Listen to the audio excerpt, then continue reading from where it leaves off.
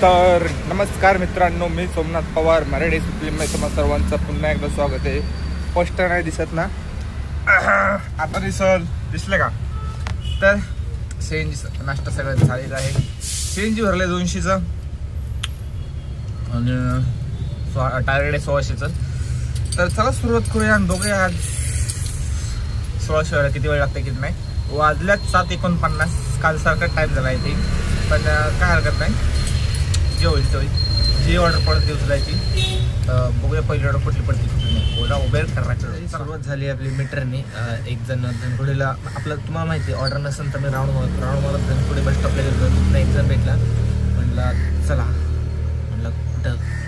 म्हणला स्मशानभूमीला. तर आता आपण आलो आहोत वैकुंठ स्मशानभूमीच्या इकडे. आता जस्ट आतमध्ये सोडून आले आपल्याला. पहिलीच ऑर्डर स्मशानभूमीची पडली 52. सुरुवात अशी झाली तर शेवट कसं व्हायचं बघा. आता चालायचं काय विषय नाही आहे, चांगली आली उलट सुरुवात. तर बघूया दुसरी ऑर्डर कुठे पडते कुठे नाही. आय होप लवकरात लवकर पडावं. आणि ओलाचं रिचेस संपले, रिचेस मारावं लागेल. चला मारू का नको का नाही, काय ओलाचं हाताला लागा नाही ऑर्डर. एखादी लागते दिवसात ना 1-2 ऑर्डर लागतात हातात. बघू आता काहीतरी करू. आपण आता आहोत बाणेरमध्ये. पहिली ऑर्डर रॅपिडोची पडलेली. रॅपिडोची ऑर्डर मला वाटतं कुठं पडलेली आठवण आहे. दुसरी उबरची पडलेली. त्यानंतर तिसरी रॅपिडोची परत पडली. आणि आय थिंक पहिली मला वाटतं बाणेरला पडलेली. बाणेरवरनं परत मला उबरनी नेलं तर मला बाणेरवरनं कुठं बालगंधर्वच्या इकडं. आणि तिकडनं एक जण भेटला रॅपिडोने परत बाणेरला. रॅपिडोचा आणि बाणेरचा काय संबंध मला माहीत नाही, पण भाऊ आपण पोचलो काय विषय नाही. कॅमेरामध्ये कॅमेरा नंतर बघन भाऊ म्हणलं आमच्या इथं ब्लॉगिंग करतो काय मला काय होते. तर आत्तापर्यंत आपले 700 रुपये झालेत. ती चांगली गोष्ट आहे 3 ऑर्डरमध्येच. आणि ह्याच्या अगोदर 1 मीटर घेतो ना. हां, टोटल 700 झाल्यात. आत्ता वाजले 10:39. 700 झाल्यात, नॉट बॅड. पण जर 1-1.5 तासाच्या आत म्हणजे 12च्या आत अजून 300 रुपये झाले तर देव पावलं नाही का. 1-2 ऑर्डर पडते ते, पण ते लई छोटे पडते. फिरून जायचं म्हणलं का 45 रुपये फिरून जायला लागते. आता इथं डिवायडर मागं गेलं तर परत पावती काढून पूर्ण जायचं म्हणलं जरा फिरून जायला लागतं. पण त्यामुळे मग बघतो कमीत कमी 100ची तरी पडले तर बरं होईल. बघू आता काय होते काय नाही. आय होप एखादी मोठी ऑर्डर पडावी 200-300ची, जेणेकरून आपल्याला देवच पावतो असं जरा बरं वाटतं. पण तात्काळ हाताला हात दुखतो, त्यामुळे जास्त मेहनत करत नाही आपण. असं काय हरकत नाही. तर नेक्स्ट ऑर्डर लवकर आपल्याला ऑर्डर पडली तुळशीबागला बांद्रेवरनं. म्हटलं देवच पावला. आता आपण आहोत मुळी शाळेची इथं. थांबून देत नाही म्हणून म्हणतात थोडं पुढं येऊन टेक यावं. आता इथनं कुठं ऑर्डर पाडावी. इथनं साजी घेता दगडूशेठ कोण भेटलं तर भेटलं. स्वारगेटवरनं मग घरी जेवण 11:38 झालं. तसं एवढं भूक नाही लागली, थोडी लाला वाजलं 12:30. स्वारगेटपर्यंत रिटर्नला काय पडली नाही. जाऊ दे म्हणलं, भूक लागायला लागली, जेवून घ्या म्हणलं. एक आपलं एरिया म्हणलं आपल्याला माहिती कुठं चांगलं भेटतं म्हणून नाही. आगत्य व्हेज नॉनव्हेज म्हणून पलीकडे तिथं खूप चांगलं जेवण भेटतं. 7 तास जेवण झाले. तर बघू आता कुठली ऑर्डर पडते. झाला की मीटर टाकायचं विसरलो मी. रॅपिडो उबरनी ऑर्डर होती. कस्टमरला विचारलं. कस्टमर स्टुडंट होतं. म्हणलं नाही का स्टुडंट होतं 3 लोक. म्हणजे किती रुपये होईल मीटरने. मी आपलं 17ने कॅल्क्युलेट करून सांगितलं. 87ची ऑर्डर होती. सांगितलं 102 का 103 रुपये होत होते. ट्रॅफिक थोडंफार दाखवत होतं, त्यामुळे म्हटलं 110-15 होईल. आणि मी मीटर टाकलंच नाही, मला माहितीच नाही. मला वाटलं मी टाकलं. आणि मी आता लोकेशनला पोचलं, मीटरमध्ये बघतोय तर मीटरने टाकलंच नाही. आणि ते बी काय बोलले नाही. मी जसं त्यांनी 110 रुपये सांगितलं, त्यांनी मला 110 दिले आणि गेले.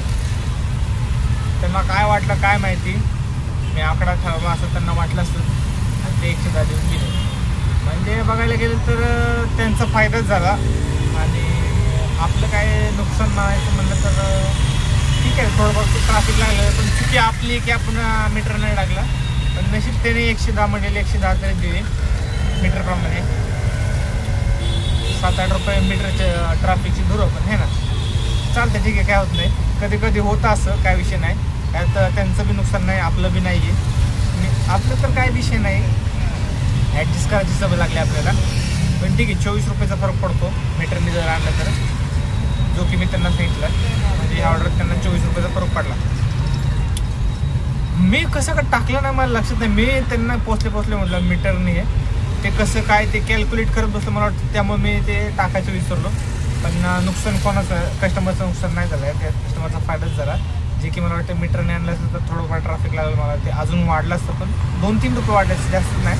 किंवा 5 रुपये वाढले असते, त्यांचे 5 रुपये वाचले असं म्हणायला काय हरकत नाही. असं काय हरकत नाही, होत राहतं असे किस्से. म्हटलं फनी किस्सा झाला, म्हटलं तुमची शेअर करावं नाही का.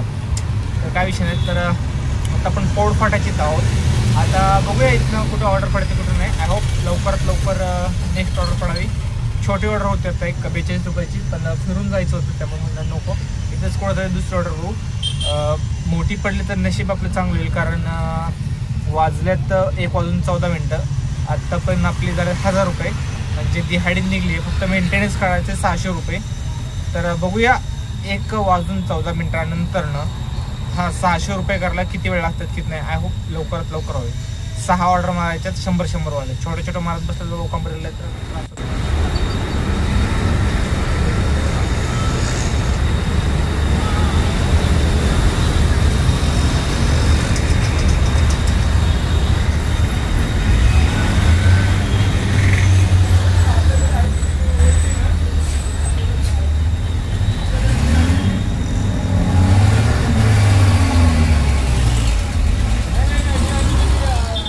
मित्रांनो, बराच वेळ थांबल्यानंतर ना मला वाटतंय ऑर्डर पडली, जीव खालीवर झाला. कसं बस उचललं झालं बघा. 170 रुपयाची ऑर्डर आहे. कस्टमरचं लोकेशनला थांबलो आहे आपण, इथं कस्टमरच्या वेटिंगसाठी थांबलो आहे. 170ची ऑर्डर आहे, 200 रुपये होतील. कसं बी कस्टमर आले वाटतं.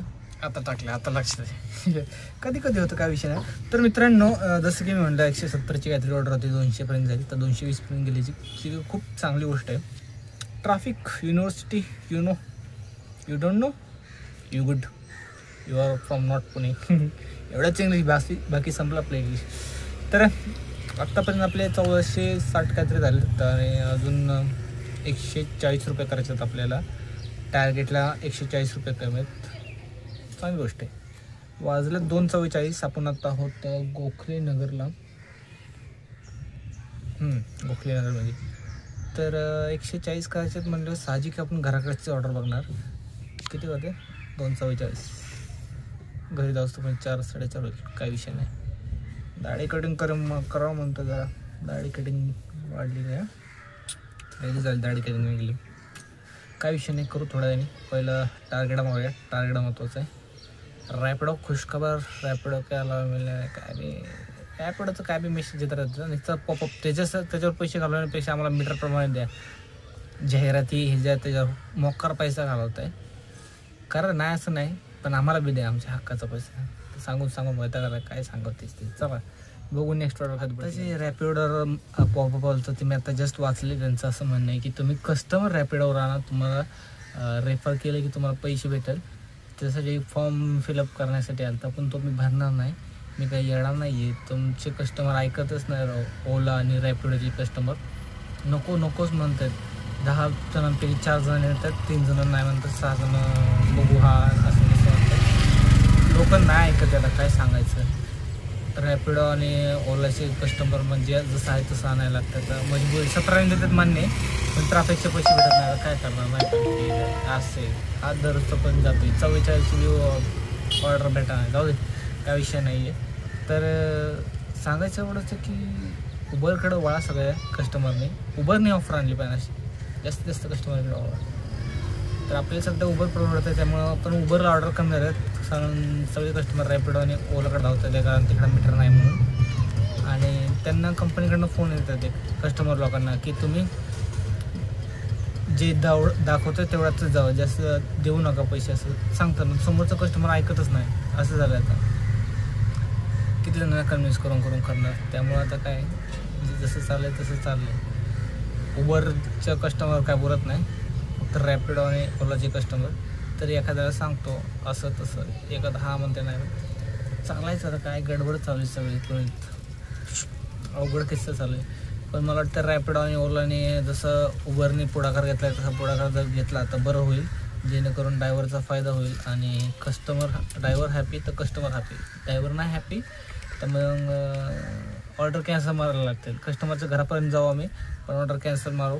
कस्टमरला स्वतःहून सांगू रॅपिडो ओला अनइन्स्टॉल करा, उबर इन्स्टॉल करा. ड्रायव्हरशी पंगा. अजून 40 रुपये कमी. 2 ऑर्डर मारले आपण थोडे थोडे. एक गोखलेनगरवरनं एक 2-3 किलोमीटरच्या अंतरावर आणि 2-3 किलोमीटरच्या अंतरावरनं एक 2-3 किलोमीटरच्या अंतरावर. आता गुडलकच्या चौकात आहे कमला नेहरू पार्क. कमला नेहरू पार्क इकडे गुडलक माग आहे.